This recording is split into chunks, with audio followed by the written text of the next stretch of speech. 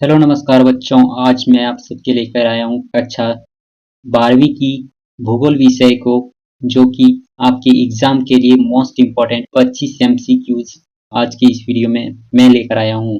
और यह जो एमसीक्यूज है यह 2024 के मॉडल सेट पर आधारित है, जो कि आपके सिलेबस में सेम सिलेबस है। और यह भी एमसीक्यूज उतने ही ज़्यादा इम्पोर्टेंट है जितना कि 2025 का सेट। तो अगर आप इस चैनल पर नए हैं तो चैनल को फटाफट सब्सक्राइब कर लें और बेल आइकन को प्रेस जरूर कर लें।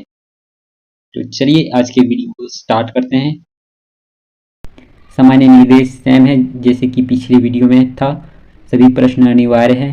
प्रश्नों की कुल संख्या है 48 है। 1 से 25 तक बहुविकल्पीय प्रश्न है। 26 से 34 तक अति लघु उत्तरीय प्रश्न है। 35 से 42 तक लघु उत्तरीय प्रश्न है। और 43 से 48 तक 5 अंक निर्धारित प्रश्न है, जिसमें से 4 प्रश्नों का उत्तर देना अनिवार्य है। तो चलिए वीडियो को स्टार्ट करते हैं। हमारा फर्स्ट क्वेश्चन है, मानव भूगोल मानव समाज और धरातल के बीच संबंधों का संश्लेषण अध्ययन है। यह कथन किसका है? यह जो कथन है मानव भूगोल मानव समाज और धरातल के बीच संबंधों का संश्लेषित अध्ययन है, यह कथन है फ्रेडरिक रैटजेल का यह कथन है। ऑप्शन ए इसका सही जवाब हो जाएगा। नेक्स्ट क्वेश्चन की ओर चलते हैं। क्वेश्चन नंबर 2, रुको और जाओ निश्चयवाद संकल्पना किसने प्रस्तुत किया? रुको और जाओ निश्चयवाद संकल्पना प्रस्तुत करने वाले थे ग्रिफिथ टेलर। ऑप्शन ए इसका सही जवाब हो जाएगा, ग्रिफिथ टेलर। क्वेश्चन नंबर 3, 21वीं शताब्दी के प्रारंभ में विश्व की जनसंख्या कितनी दर्ज की गई थी? 21वीं शताब्दी के प्रारंभ में विश्व की जनसंख्या है यह 600 करोड़ से अधिक दर्ज की गई थी। नेक्स्ट क्वेश्चन की ओर चलते हैं। निम्नलिखित में से मानव विकास सूचकांक का निर्माण किसने किया? मानव विकास सूचकांक ह्यूमन डेवलपमेंट इंडेक्स, इसका ये जो सूचकांक है यह सूचकांक बताता है कि किस देश में कितने ज़्यादा विकसित लोग रहते हैं। तो यह जो सूचकांक है यह शुरू किया था ऑप्शन ए डॉक्टर महबूब उल हक ने। यह बहुत ही ज़्यादा इम्पोर्टेंट क्वेश्चन है। अब देख लीजिएगा प्रीवियस ईयर में ये जो मोस्ट इम्पोर्टेंट 25 एमसीक्यू है, इसमें से बहुत से क्वेश्चन प्रीवियस ईयर में पूछे जा चुके हैं। तो आप अगर प्रीवियस ईयर क्वेश्चन को देखेंगे तो आपको यह अंदाज़ा लग गया होगा। नेक्स्ट क्वेश्चन की ओर चलते हैं। मानव विकास के मुख्य उपागमों में से किससे सम्मिलित नहीं किया गया है? ऑप्शन ए आय उपागम, बी कल्याण उपागम, सी न्यूनतम अवकाश उपागम, डी उत्पादकता उपागम। तो इसका सही जवाब हो जाएगा ऑप्शन डी उत्पादकता उपागम। नेक्स्ट क्वेश्चन की ओर चलते हैं। जंग का कटोरा निम्नलिखित में से किस क्षेत्र को कहा जाता है? जंग का कटोरा कहा जाता है ऑप्शन ए महान झील क्षेत्र, बी पीटर्सबर्ग क्षेत्र, सी अलाबामा क्षेत्र, डी अटलांटिक तट क्षेत्र। तो इसका सही जवाब हो जाएगा बी पिट्सबर्ग क्षेत्र। ऑप्शन बी हमारा सही जवाब हो जाएगा। नेक्स्ट क्वेश्चन की ओर बढ़ते हैं। आयात निर्यात के बीच मूल्य में अंतर को क्या कहते हैं? आयात और निर्यात के बीच मूल्य में जो अंतर होता है इसको क्या कहते हैं? व्यापार संतुलन, संतुलित व्यापार, विलोम व्यापार, अनुकूल व्यापार संतुलन। तो इसका सही जवाब हो जाएगा ऑप्शन ए व्यापार संतुलन। नेक्स्ट क्वेश्चन की ओर बढ़ते हैं। हिमाच्छादित क्षेत्र में स्लेज गाड़ी को खींचने के लिए किस पशुओं की मदद ली जाती है? ऑप्शन ए कुत्तों एवं रेंडियरों, ऑप्शन बी घोड़ों एवं गधों, ऑप्शन सी ऊँटों एवं जिराफों, ऑप्शन डी बैलों एवं भैंसों को। तो इसका सही जवाब हो जाएगा कुत्तों एवं रेंडियरों को। ऑप्शन ए हमारा सही जवाब हो जाएगा। नेक्स्ट क्वेश्चन की ओर बढ़ते हैं। इनमें से कौन सा देश सार्क देशों में शामिल नहीं है? Option A Bharat, B Pakistan, C Maldives, D Afghanistan. तो हमारा सही जवाब हो जाएगा option D Afghanistan.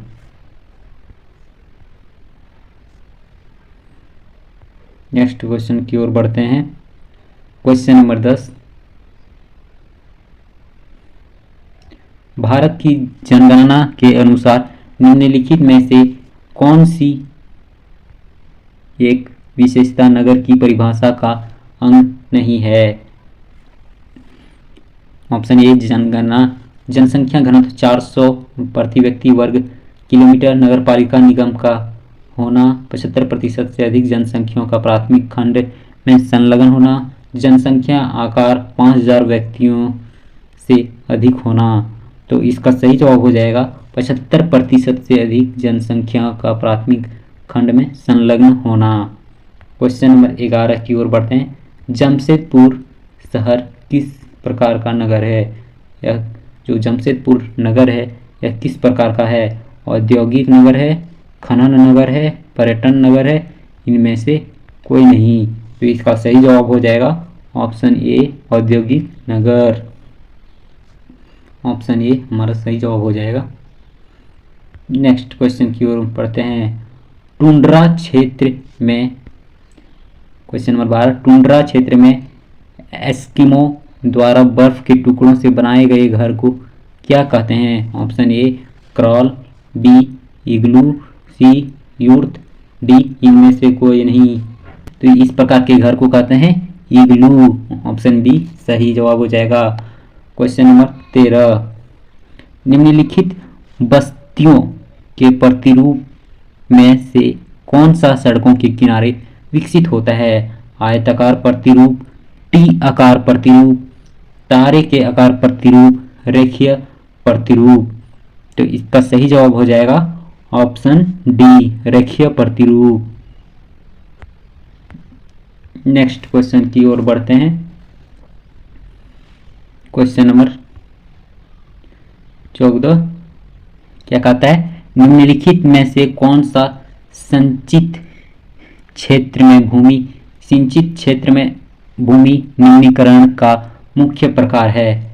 Option A अवनलिका अपर्दन, B वायु अपर्दन, सी मृदा लवणता, डी भूमि पर लिस्ट का जमाव। तो इसका सही जवाब हो जाएगा ऑप्शन सी मृदा लवणता।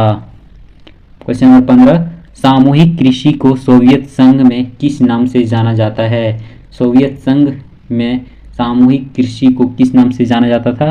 तो option A fazenda, option B kolkhoz, option C truck farming, option D पुष्पोत्पादन। तो हमारा सही जवाब हो जाएगा ऑप्शन बी कोलखहोज नाम से जाना जाता था। नेक्स्ट क्वेश्चन की ओर बढ़ते हैं। क्वेश्चन नंबर 16, जल संसाधनों का संरक्षण क्यों जरूरी है? जल संसाधनों का संरक्षण करना क्यों जरूरी है?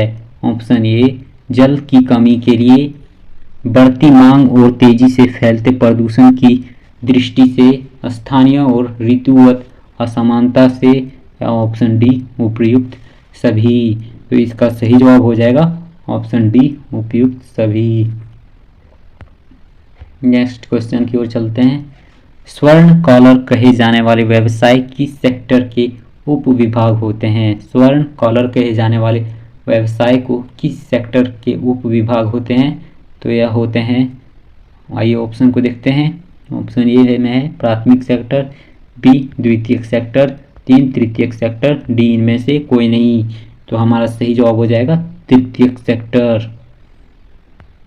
क्वेश्चन नंबर 18 की ओर चलते हैं। उद्योगों की जननी किस खनिज को कहा जाता है?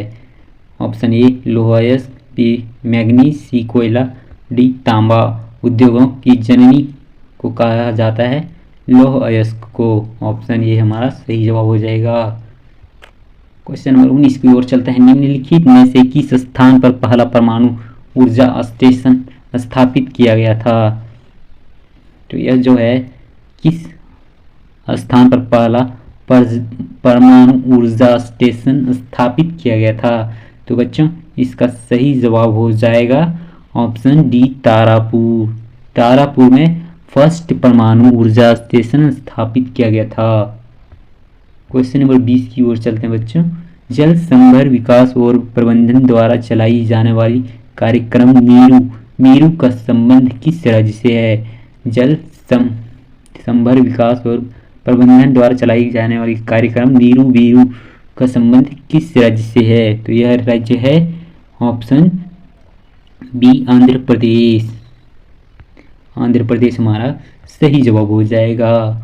क्वेश्चन नंबर 21 की ओर चलते हैं। स्वेज नहर किन दो सागरों को आपस में जोड़ता है? स्वेज जो नहर है, स्वेज कैनाल है, या किन दो सागरों को आपस में जोड़ता है?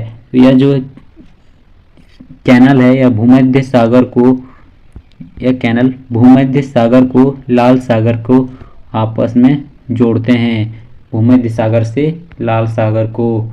इसका सही जवाब हो जाएगा ऑप्शन बी। क्वेश्चन नंबर 22 की ओर चलते हैं। निम्नलिखित में से कौन सा घास स्थल ऑस्ट्रेलिया में स्थित है? ऑस्ट्रेलिया में नीचे दिए गए 4 में से कौन से घास के मैदान स्थल ऑस्ट्रेलिया में स्थित है? Option A prairie, option B downs, option C steppes, option D veld. तो हमारा सही जवाब हो जाएगा बच्चों ऑप्शन बी डाउन्स। डाउन्स जो घास का मैदान है ऑस्ट्रेलिया में स्थित है। क्वेश्चन नंबर 23 की ओर चलते हैं बच्चों। प्रतिकर्ष और अपकर्ष कारक उत्तरदायी है। प्रतिकर्ष और अपकर्ष कारक उत्तरदायी है किसके लिए? प्रवास के लिए, गंदी बस्तियों के लिए, भूमि निम्नीकरण के लिए, वायु प्रदूषण के लिए। तो हमारा सही जवाब हो जाएगा बच्चों प्रवासी के लिए। क्वेश्चन नंबर 24 की ओर चलते हैं बच्चों। 2011 की जनगणना के अनुसार भारत की कुल जनसंख्या कितनी है? 2011 में जो जनगणना हुई थी इसके अनुसार भारत में कुल जनसंख्या कितनी है? ऑप्शन ए 102 करोड़, 121.02 करोड़, 118.15 करोड़, या इनमें से कोई नहीं। तो हमारा सही जवाब हो जाएगा ऑप्शन बी 121.02 करोड़। नेक्स्ट और लास्ट क्वेश्चन की ओर चलते हैं। डायमंड हार्बर किस नदी पर स्थित है? डायमंड हार्बर है जो कि कोलकाता के अंदर स्थित है, हुगली नदी इस पर स्थित है डायमंड हार्बर। तो इसका सही जवाब हो जाएगा ऑप्शन ए हुगली नदी। तो ये थे मोस्ट इम्पॉर्टेंट 25 MCQs जो कि आप सबकी एग्ज़ाम के लिए बहुत ही ज़्यादा इम्पॉर्टेंट रहने वाले हैं। अगले वीडियो में ज्योग्राफी से सेट 3 को मैं लेकर आऊँगा जो कि इतने ही ज़्यादा इम्पॉर्टेंट क्वेश्चन रहेंगे और वो भी 25 MCQs रहने वाले हैं। तो अगर आप इस चैनल पर नए हैं तो चैनल को सब्सक्राइब ज़रूर कर ले बच्चों। तो ठीक है, मिलते हैं अगले वीडियो में बच्चों। तब तक अपने दोस्तों के बीच शेयर ज़रूर कर दें चैनल को।